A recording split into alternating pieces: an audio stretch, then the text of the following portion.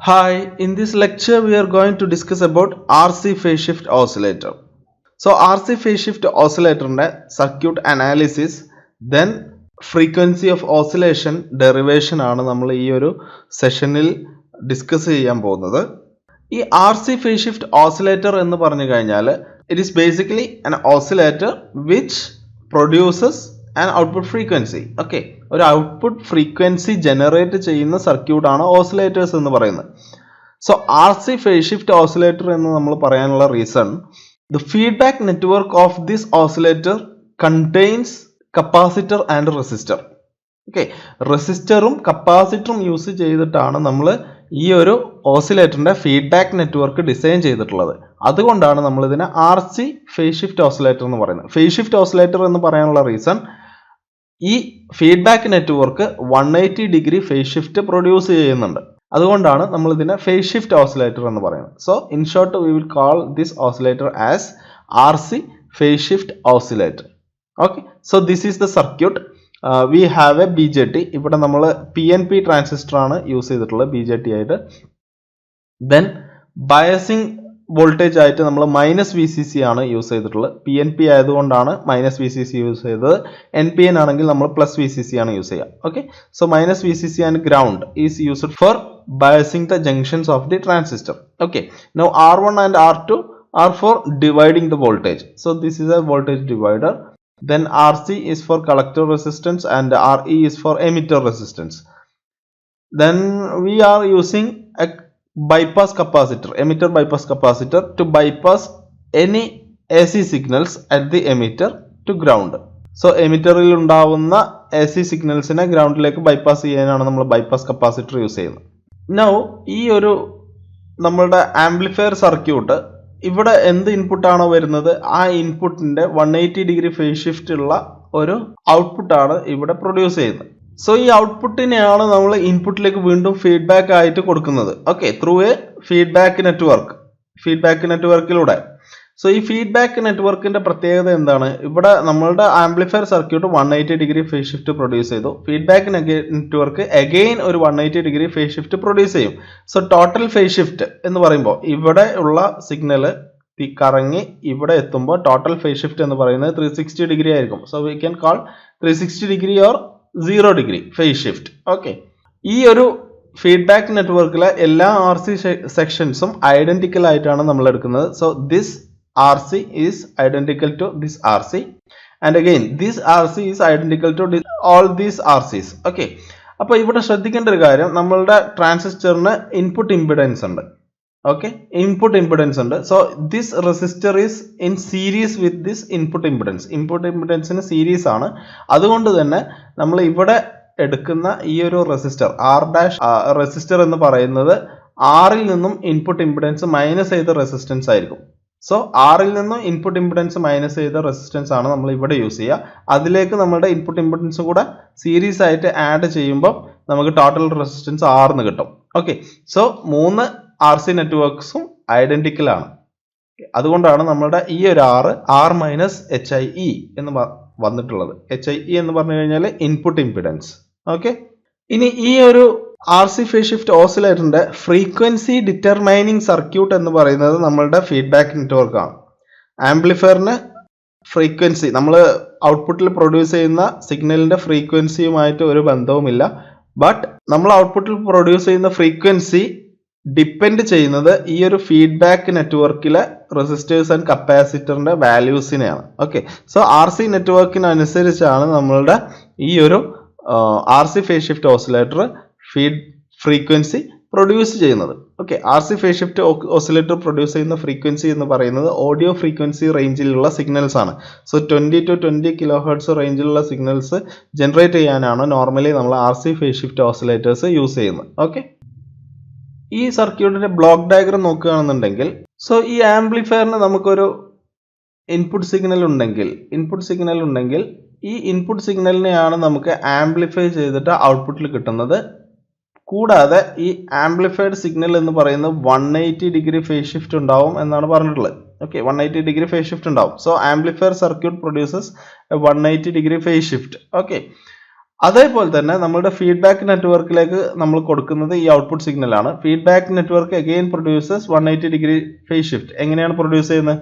ഈ 180 degree phase shift produce ചെയ്യുന്നത് 3 RC networks ഉണ്ട്. ആ ഓരോ RC നെറ്റ്വർക്കും 60 ഡിഗ്രി ഫേസ് ഷിഫ്റ്റ് ആണ് പ്രൊഡ്യൂസ് ചെയ്യുന്നത്. Okay, so 60 degree phase shift produce ചെയ്യുമ്പോൾ നമുക്ക് ടോട്ടൽ 180 ഡിഗ്രി ഫേസ് ഷിഫ്റ്റ് കിട്ടുന്നു. സോ ഈ ഒരു ഫേസ് ഷിഫ്റ്റഡ് സിഗ്നൽ ആണ് നമുക്ക് ഇവിടെ ഫീഡ്ബാക്ക് സർക്യൂട്ടിന്റെ ഔട്ട്പുട്ടിൽ കിട്ടുന്നത്. കൂടാതെ നമ്മളുടെ ഈ ഔട്ട്പുട്ട് സിഗ്നൽ അറ്റനേഷൻ ചെയ്തിട്ട് അതിന്റെ സ്ട്രെങ്ത്തും കുറയുന്നുണ്ട്. സോ നമുക്ക് ഈ ഒരു ഫീഡ്ബാക്ക് സർക്യൂട്ടിന്റെ ഔട്ട്പുട്ടിൽ കിട്ടുന്ന സിഗ്നൽ എന്ന് പറയുന്നത് അറ്റനേഷൻ ചെയ്തിട്ടുള്ള 180 ഡിഗ്രി ഫേസ് ഷിഫ്റ്റ് ഉള്ള സിഗ്നൽ ആയിരിക്കും. സോ ഈ രണ്ട് സിഗ്നൽസും ഏകദേശം ഈക്വൽ ആയിരിക്കും. ഓക്കെ, ഈ രണ്ട് സിഗ്നൽസും സെയിം ആയിരിക്കും. അതുകൊണ്ട് തന്നെ നമ്മുടെ ആംപ്ലിഫയറിന്റെ ഇൻപുട്ട് വരുന്ന സിഗ്നൽ തന്നെയാണ് നമുക്ക് ഫീഡ്ബാക്ക് സർക്യൂട്ടിന്റെ ഔട്ട്പുട്ട് ആയിട്ട് വരുന്നത്. സോ ഈ ഒരു പ്രോസസ്സ് കണ്ടിന്യൂ ചെയ്തുകൊണ്ടിരിക്കും. ഓക്കെ, ഇവിടെ വരുന്ന സിഗ്നൽ 180 ഡിഗ്രി ഫേസ് ഷിഫ്റ്റ് വരും, ആംപ്ലിഫൈ ചെയ്യും, നമുക്ക് ഔട്ട്പുട്ട് ആയിട്ട് കിട്ടും. അഗെയിൻ ദിസ് ഔട്ട്പുട്ട് ആണ് നമ്മൾ ഫീഡ്ബാക്ക് സർക്യൂട്ടിലേക്ക് കൊടുക്കുന്നത്. ഫീഡ്ബാക്ക് സർക്യൂട്ട് ഈ ഒരു സിഗ്നലിനെ അറ്റനേറ്റ് ചെയ്തിട്ട് ആംപ്ലിറ്റ്യൂഡ് കുറക്കും, ദെൻ 180 ഡിഗ്രി ഫേസ് ഷിഫ്റ്റ് ചെയ്യും. നമുക്ക് കിട്ടുന്നത് ആംപ്ലിഫയറിന്റെ ഇൻപുട്ട് എന്തായിരുന്നോ ആ ഒരു സിഗ്നൽ തന്നെയാണ് ഫീഡ്ബാക്ക് സർക്യൂട്ടിന്റെ ഔട്ട്പുട്ട് ആയിട്ട് ആംപ്ലിഫയറിന്റെ ഇൻപുട്ടിലേക്ക് വീണ്ടും വരുന്നത് അടുത്ത റൗണ്ടിൽ. ഓക്കെ, സോ ഇതാണ് ഈ ഒരു ഓസിലേറ്ററിന്റെ കോൺസെപ്റ്റ് എന്ന് പറയുന്നത്. ഇനി നമ്മൾ ഈ ഒരു RC ഫേസ് ഷിഫ്റ്റ് ഓസിലേറ്ററിന്റെ അനാലിസിസ് ആണ് ചെയ്യാൻ പോകുന്നത്. അനാലിസിസ് ചെയ്യുന്ന ടൈമിൽ വി ഹാവ് ടു കൺസിഡർ ഈ R1 R2 റെസിസ്റ്റേഴ്സ് എന്ന് പറയുന്നത് വളരെ ലാർജ് റെസിസ്റ്റേഴ്സ് ആണ്. അതുകൊണ്ട് തന്നെ ഇതിന്റെ AC ഓപ്പറേഷനിൽ ഈ ഒരു റെസിസ്റ്റേഴ്സിന് യാതൊരു റോളും ഇല്ല. So we are neglecting that. Then AC അനാലിസിസിൽ we are short circuiting the CE capacitor. ഈ ഒരു കപ്പാസിറ്ററിനെ നമ്മൾ ഷോർട്ട് സർക്യൂട്ട് ചെയ്യുന്നുണ്ട്. അതുകൊണ്ട് തന്നെ നമുക്ക് RE-നെ ഷോർട്ട് സർക്യൂട്ട് ചെയ്യാം. ഓക്കെ, സോ ഇത്രയും കാര്യങ്ങൾ ചെയ്തു കഴിഞ്ഞാൽ നമുക്ക് കിട്ടുന്ന ഒരു ഇക്വാലന്റ് സർക്യൂട്ട് എന്ന് പറയുന്നത് ഇതാണ്. ഓക്കെ, ഇക്വാലന്റ് സർക്യൂട്ട് എന്ന് പറയുന്നത് ഇതാണ്. We can draw the equivalent circuit like this. ഈ ഒരു സർക്യൂട്ടിൽ 1/HOE is very very greater than RC. RC എന്ന് പറയുന്ന റെസിസ്റ്ററുമായിട്ട് കമ്പയർ ചെയ്യുമ്പോൾ 1/HOE വെരി വെരി ഗ്രേറ്റർ ആണ്. സോ അതുകൊണ്ട് തന്നെ നമുക്ക് 1/HOE-നെ നെഗ്ലക്റ്റ് ചെയ്യാം. Okay, so we can neglect 1/HOE. 1/HOE-നെ നമുക്ക് നെഗ്ലക്റ്റ് ചെയ്യാൻ പറ്റും ഈ ഒരു റീസൺ കാരണം. ഓക്കെ, ഇനി ഇതിൽ പറയാനുള്ളത് HRE എന്ന് പറയുന്നത് വെരി സ്മോൾ ആണ്. HRE is very very small. So we can neglect. So we neglect HRE V0. HRE V0 എന്ന് പറയുന്ന ക്വാണ്ടിറ്റി നമ്മൾ നെഗ്ലക്റ്റ് ചെയ്യുന്നു, HRE വളരെ സ്മോൾ ആയതുകൊണ്ട്. ഓക്കെ, ഈ രണ്ട് കാര്യങ്ങളാണ് നമ്മളിവിടെ ചെയ്യുന്നത്.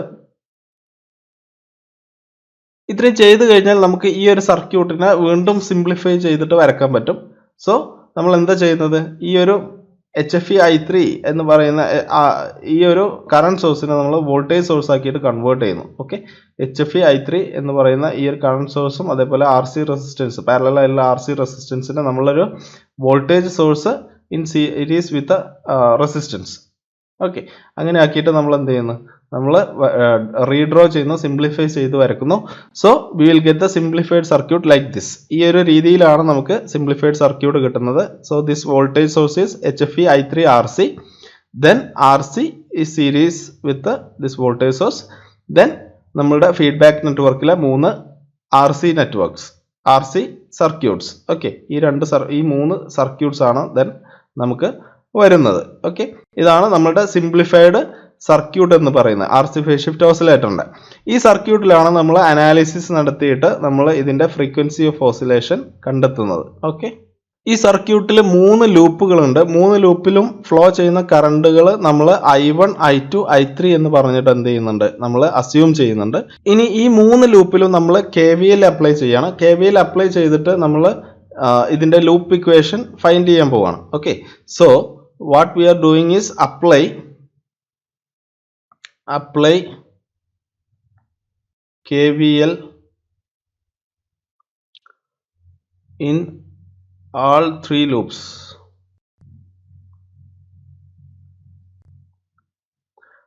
We will get the equation like this. Okay,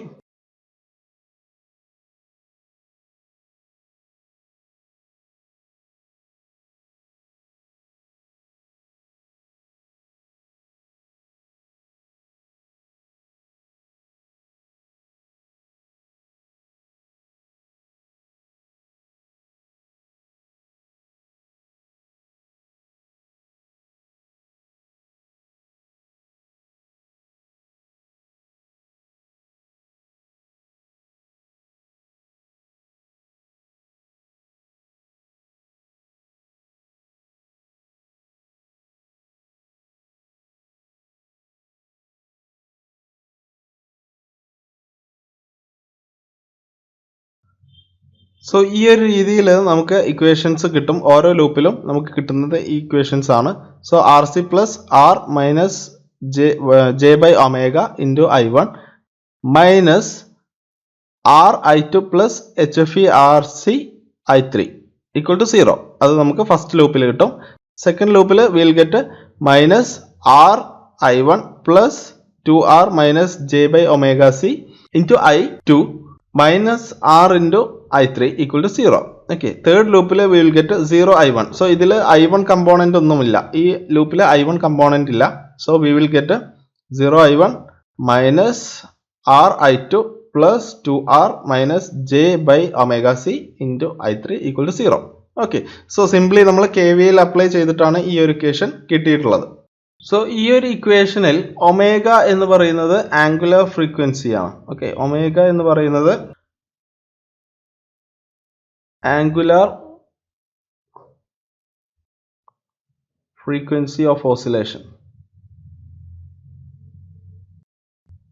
okay, so ഈ ഒരു സർക്യൂട്ടിൽ നമ്മളുടെ I1, I2, I3 are non zero. I1, I2, I3 are non zero. അതുകൊണ്ട് തന്നെ determinant of the coefficient of I1, I2, I3 can be equated to 0. So അതാണ് നമ്മൾ ഇവിടെ ചെയ്യാൻ പോകുന്നത്. So we can equate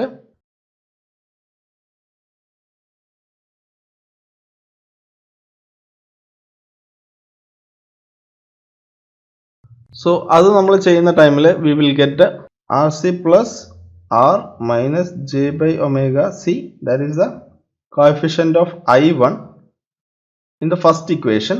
Okay, then minus R,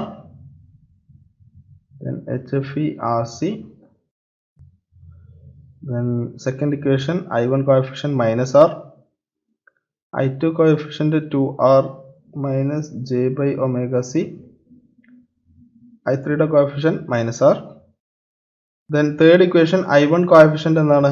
Third equation I1 coefficient is 0. Okay, so we can write I1 coefficient is 0, I2 coefficient is minus R, I3 coefficient is R minus J by omega C. Okay, so ഇതിന്റെ determinant നമുക്ക് 0 equate ചെയ്യാൻ പറ്റും എന്നാണ് പറഞ്ഞിട്ടുള്ളത്. So we are equating the determinant to 0. Okay, so ഇങ്ങനെ ചെയ്തു കഴിഞ്ഞാൽ നമുക്ക് ഇതിന്റെ ഡിറ്റർമിനന്റ് കാണാൻ പറ്റും. Okay, so just use bracket for convenience. ഇതിന്റെ ഡിറ്റർമിനന്റ് നമ്മൾ കാണുന്നുണ്ടെങ്കിൽ we will get the equation like this.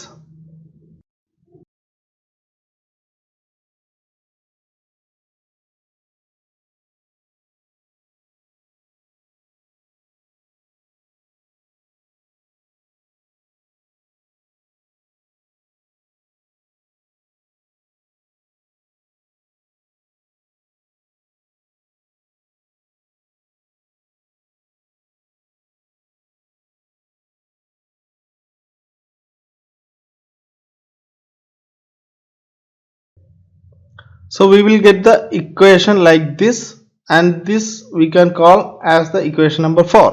Okay, so ഈ ഒരു ഇക്വേഷനിൽ രണ്ട് പാർട്ട് ഉണ്ട്, ഇമാജിനറി പാർട്ടും ഉണ്ട്, അതേപോലെ റിയൽ പാർട്ടും ഉണ്ട്. നമ്മൾ റിയൽ പാർട്ട് ഇക്വേറ്റ് ചെയ്ത് കഴിഞ്ഞാൽ, സോ ഈ ഒരു ഇക്വേഷന്റെ റിയൽ പാർട്ട് 0 ഇക്വേറ്റ് ചെയ്ത് കഴിഞ്ഞാൽ we will get the value of HFE.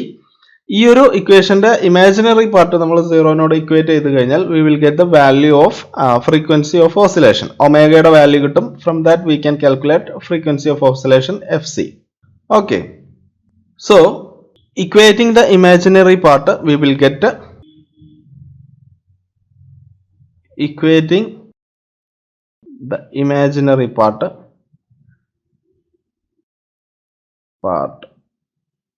we will get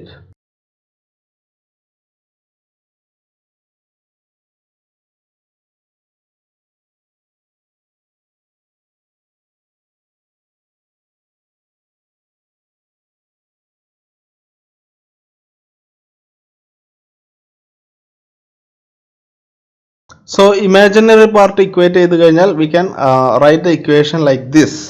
Okay, from this we can write omega equal to 1 by c square into 4 RRC plus 6R square. Okay, now this we can call or we can consider as equation number 5. Okay, now what is omega? Omega equal to 2 pi f.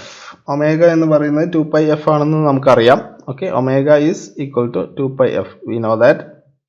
So we can say the frequency of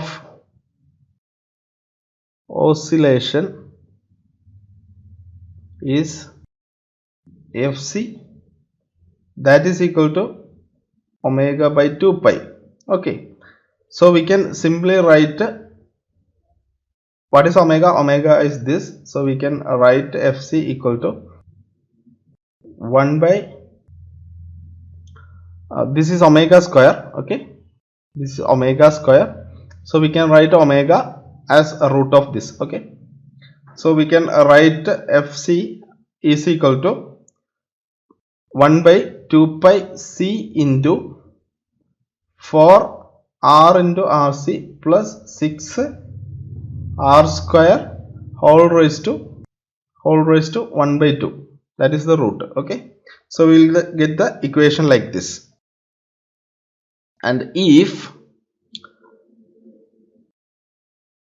we can say if rc equal to r ആണെന്നുണ്ടെങ്കിൽ we can write the frequency of oscillation fc is equal to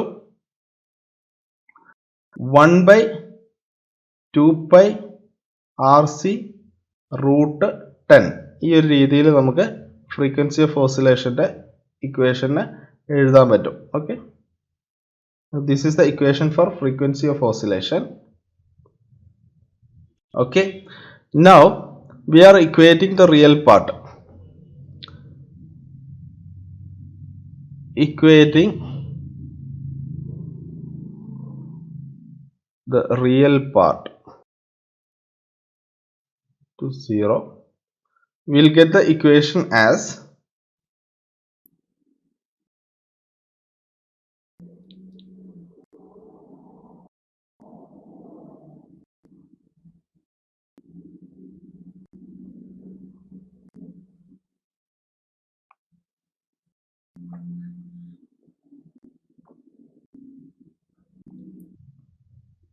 we can consider this equation as equation number 6. Okay,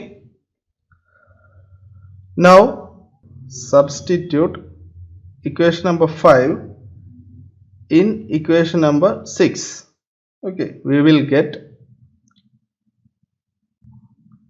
HFE equal to 23 plus 29 R by RC plus 4 RC by R. നമുക്ക് ഇങ്ങനെ ഒരു equation കിട്ടും. Now this is the condition for sustained oscillation, we can say.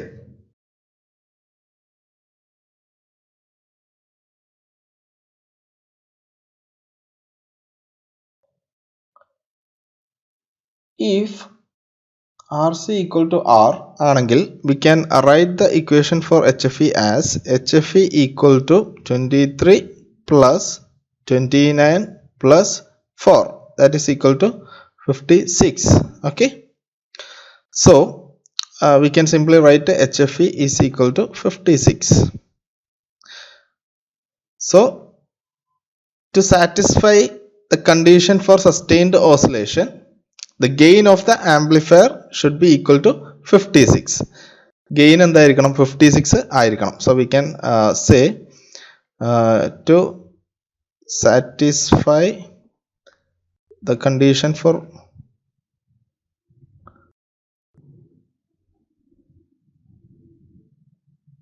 sustained oscillation,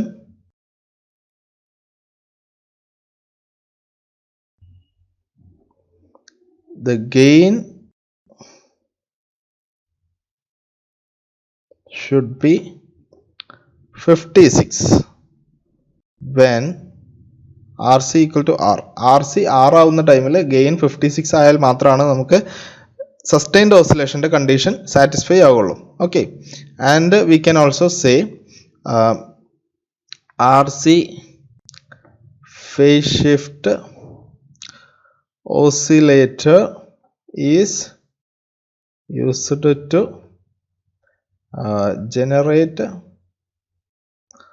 audio frequency signals. Audio frequency signals generate ചെയ്യാനാണ് നമ്മൾ RC phase shift oscillators use ചെയ്യുന്നത്. Okay, ഇത്രയാണ് നമുക്ക് RC phase shift ഓസിലേറ്ററിൻ്റെ കേസിൽ പറയാനുള്ളത്. I hope this session will be helpful for you. See you in the next session.